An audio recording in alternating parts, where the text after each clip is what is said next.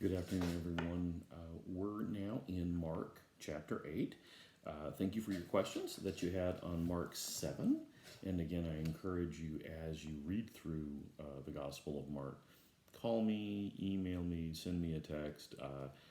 For my part, I really enjoy engaging with each of us as we're reading through God's Word, and especially this time now as we're reading through Mark. So as you get into 8, a couple of things to observe. First, we have another miracle miracle feeding. Jesus feeds the 4,000.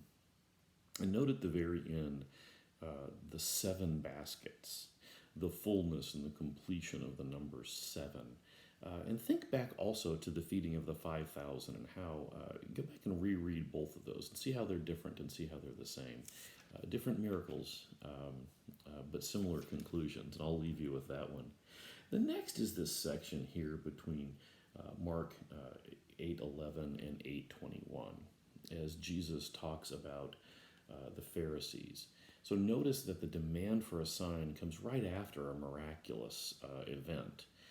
And you see this throughout Mark, this demand for a sign, the demand for proof from basically everyone as you read through Mark. But notice Jesus' warning.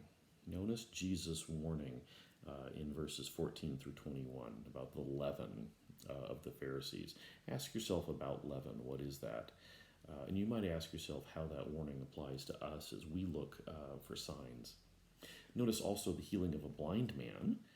That is an interesting addition to the healing of the deaf man in Mark chapter 7.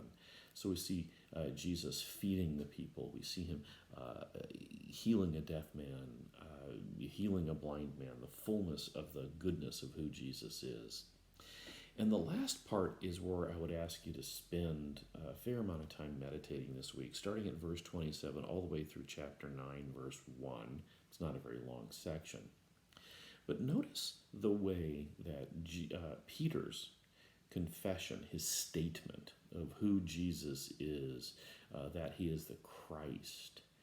Notice that it is this statement that brings out Jesus' teaching as he begins to tell his friends about his death and that the Son of Man must suffer.